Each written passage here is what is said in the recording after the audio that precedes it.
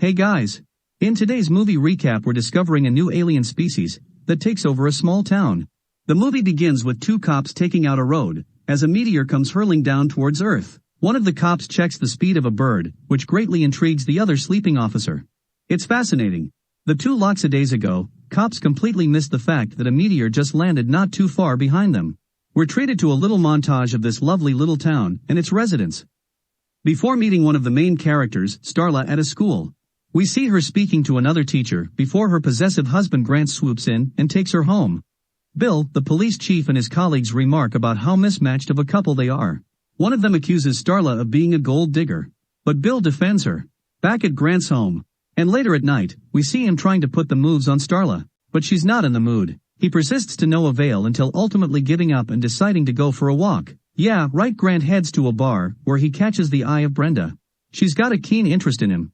A few drinks later, and they're having a swallow time in the woods. Brenda takes him to a tree where she carved their initials many years ago, back when she had a crush on him. As things are about to escalate, Grant stops, not wanting to cheat on Starla. Out of the corner of his eye, he notices something strange and slimy on the ground. Whatever it was, it left the trail, granting Bren to follow it. Finding a strange-looking creature, Crap pokes at it with a stick, until it opens up and reveals a spiky little appendage. Suddenly, it shoots out in him, and burrows straight into his chest. A horrified Brenda watches on as Grant collapses, and the creature burrows deep into his brain. He awakens, but says nothing and walks off. Upon arriving home, he immediately inspects the fridge in search of meal. The next morning, Starla apologizes to Grant, but he's not all there. He examines the room and sees their wedding photos. Yeah, that looks familiar. As they're about to make love, she notices the wound on Grant's chest. Then he said it is his birthmark. The following day, Starla's coworkers notice she's rather smiley. She says it's been a while between her and Grant, and that he was different. He was exploring every part of her body. Meanwhile, Grant heads to the supermarket to purchase.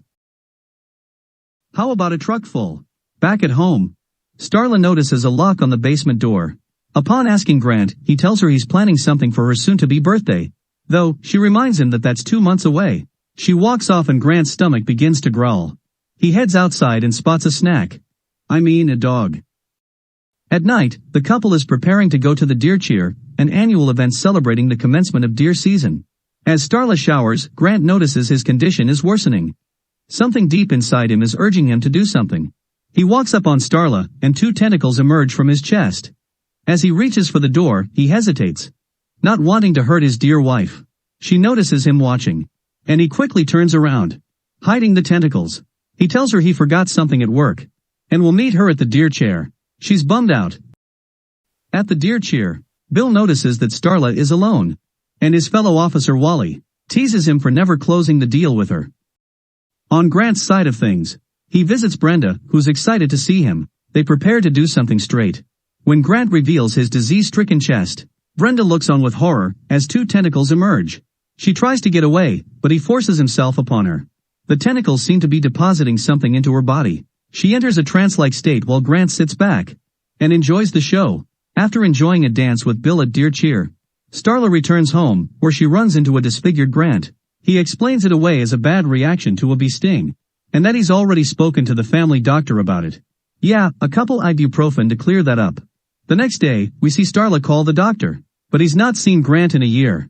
On the way home, she sees numerous posters of missing pets around the area. We cut to Grant carrying 2 full trash bags into a barn. Before Brenda's tied up, begging to be fed, she eats up graciously while he pets her head. Back at Grant's house, Bill and Wally pull up and are greeted by Starla. They inform her Brenda's disappearance and ask to see Grant, but he's not there. They head out and a suspicious Starlet decides to inspect the locked basement. She breaks in with a bat, and is horrified to find the mangled and running bodies of various animals, including the missing pets. Panic overcomes her as she calls Bill, but he doesn't respond. Grant looms just outside the window, more deformed than ever. He screeches at her, and she flees towards the back door, but is intercepted. He accuses her of betraying him while he forces her towards the floor. His tentacles slither down her shirt, but she manages to bash his head in. He quickly recovers and locks her in a chokehold. His arm deforms and slithers around her neck. Just in the nick of time, Bill and his crew barge in and scare Grant off. A few days elapse, and the police are scrambling to get a hold of Grant, which they now jokingly refer to as a squid. The mayor advises them to cool it as to not cause hysteria. He postulates that perhaps he merely has Lyme disease. The police station discovered Grant's pattern of attack. He surmised that his next attack would be this family's farm. They're going to stake out the place until he arrives, and then take him in for questioning. Everybody gears up and heads out. Starla shows up just as Bill is departing, and demands to join in. If they intend to bring him in alive, they're going to need her to bait him in. Bill reluctantly agrees. Night falls and nothing interesting has happened yet. Starla Bill sit together and reminisce about the time she tried to run away with him when they were kids. She wanted to be a Hollywood star, and he was supposed to be her bodyguard. Suddenly, Grant appears. Well, you can hardly call him Grant at this point. He slices a cow's throat and begins to drag it off. Bill looks on, frozen in place. Starlight decides to take action and approaches Bill, as the others circle around. Guns locked and loaded. She manages to calm him down, reminding him that marriage is a sacred vow, and that she pledges to stay by his side for better or for worse. Unfortunately, this hothead ruins everything when he waves around his gun and threatens Grant. In the blink of an eye, he slashes the man.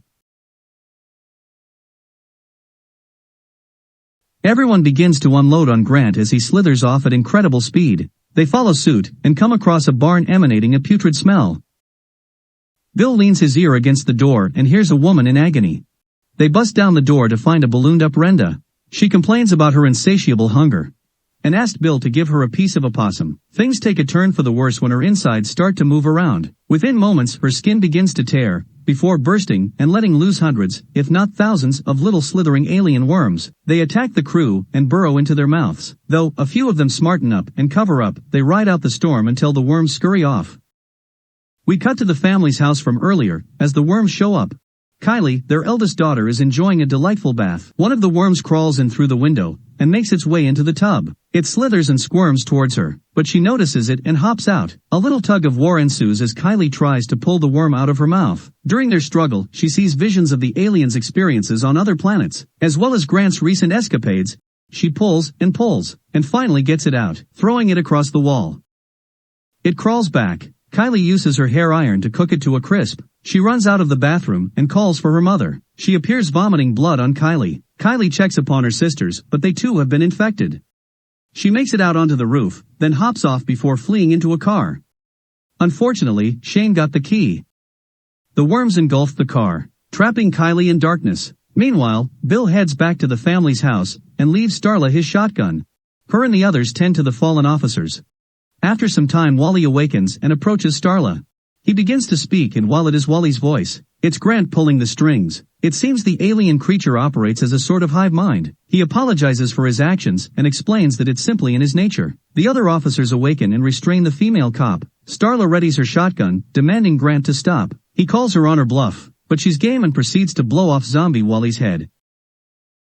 As the others encroach, she fires again, but to her dismay is out of bullets. Plan B, running.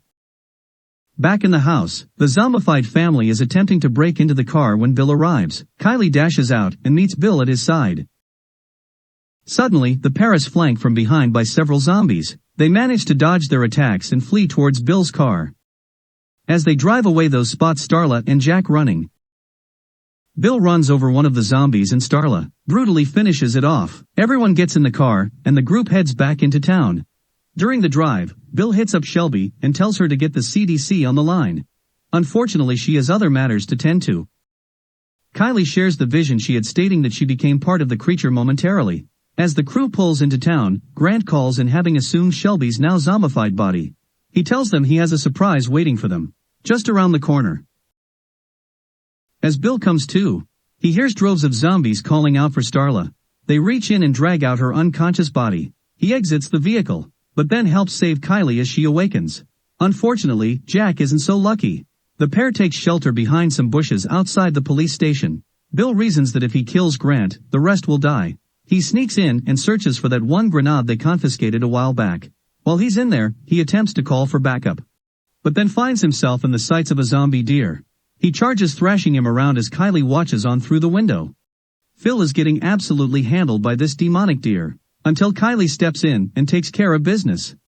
He retrieves the grenade, and then we cut to Starla being gracefully carried into bed and cleaned up by the zombies. Back outside, Bill notices that the zombies are all heading towards Grant's house. He follows suit as Starla awakens, now donning a slim nightgown. Realizing that there's no way out, she takes her hairbrush and turns it into a weapon. Starla walks around the house before entering the living room and finding a now gargantuan and furious Grant. Meanwhile, Bill and Kylie watch on in the backyard. Due to her visions, Kylie recognizes the bulging mass as Grant. They witness a zombie fusing into him. Bill catches a glimpse of Starla, empowering him to charge in. Kylie follows along. In the house, Grant is berating Starla for betraying him. He can no longer use his own voice, so he makes use of the zombies attached to him. She tells him she's sorry and promises they'll be together. Starla moves in for a kiss, but then pulls out her makeshift knife and stabs him in the throat. He easily tosses her aside and strangles her. Before Bill arrives, proudly raising his grenade up high, Bill desperately tries to retrieve the grenade, but it ends up going kablooey in the pool. Plan B. Dying. Grant pierces him with one of his tentacles, but Bill manages to attach the other one to a propane tank. He opens the valve and fills Crown up as he's dragged back into the house. With his last ounce of strength, Bill tells Starla to shoot him. She obliges. All the infected people die. Bill survives though. Kylie explains that you need 2 tentacles in you to get transformed into a womb. The 3 survivors walk off into the sunset. Hey guys, thanks so much for watching. Be sure to leave a like and a comment. Tell me what your favorite moment of the movie was.